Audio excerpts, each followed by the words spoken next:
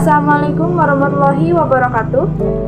Yang terhormat Ibu Nita Nurhayati, SPDM HUM, selaku dosen pengampu mata kuliah wajib umum Bahasa Indonesia, dan teman-teman semuanya yang saya cintai dan saya banggakan.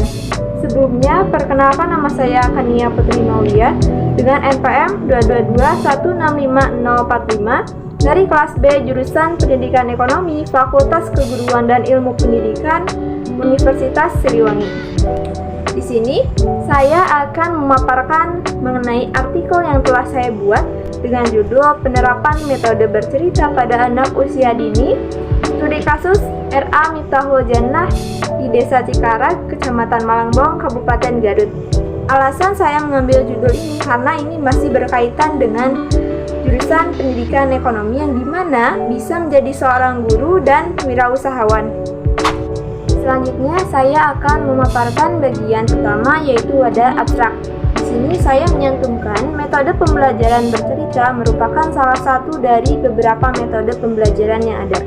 Dan metode penelitian yang digunakan adalah penelitian kualitatif dengan teknik wawancara dan dokumentasi. Kalian bisa lihat di sini.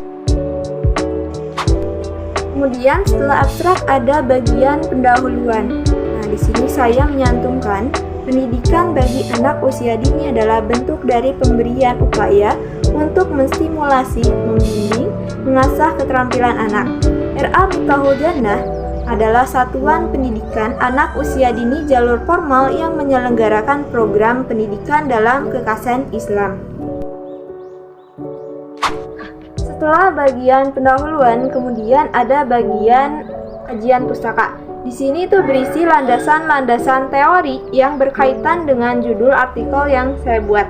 Nah, di sini saya menyantumkan berdasarkan Undang-Undang Nomor 20 Tahun 2003 tentang Sistem Pendidikan Nasional yang berkaitan dengan pendidikan anak usia dini, tertulis pada pasal 28 ayat 1 yang isinya pendidikan anak usia dini diselenggarakan bagi anak sejak lahir sampai 6 tahun dan bukan prasyarat untuk mengikuti pendidikan dasar.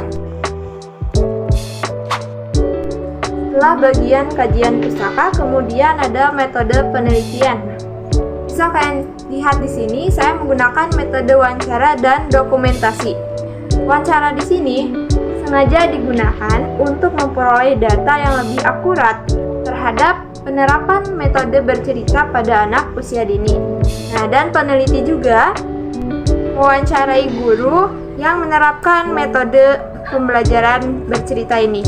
Kemudian ada dokumentasi. Nah, dokumentasi ini sebagai bentuk pelengkap dalam penelitian. Setelah metode penelitian, kemudian ada hasil dan pembahasan. Berdasarkan hasil wawancara yang telah dilakukan terkait penerapan metode pembelajaran bercerita terhadap anak usia dini, ternyata metode pembelajaran bercerita digunakan supaya anak-anak dapat memahami kegiatan belajar yang sedang disampaikan. Dan juga merupakan metode yang paling sering digunakan terutama di R.A. Miftahul Jannah karena merupakan sebagai bentuk variasi dari pembelajaran.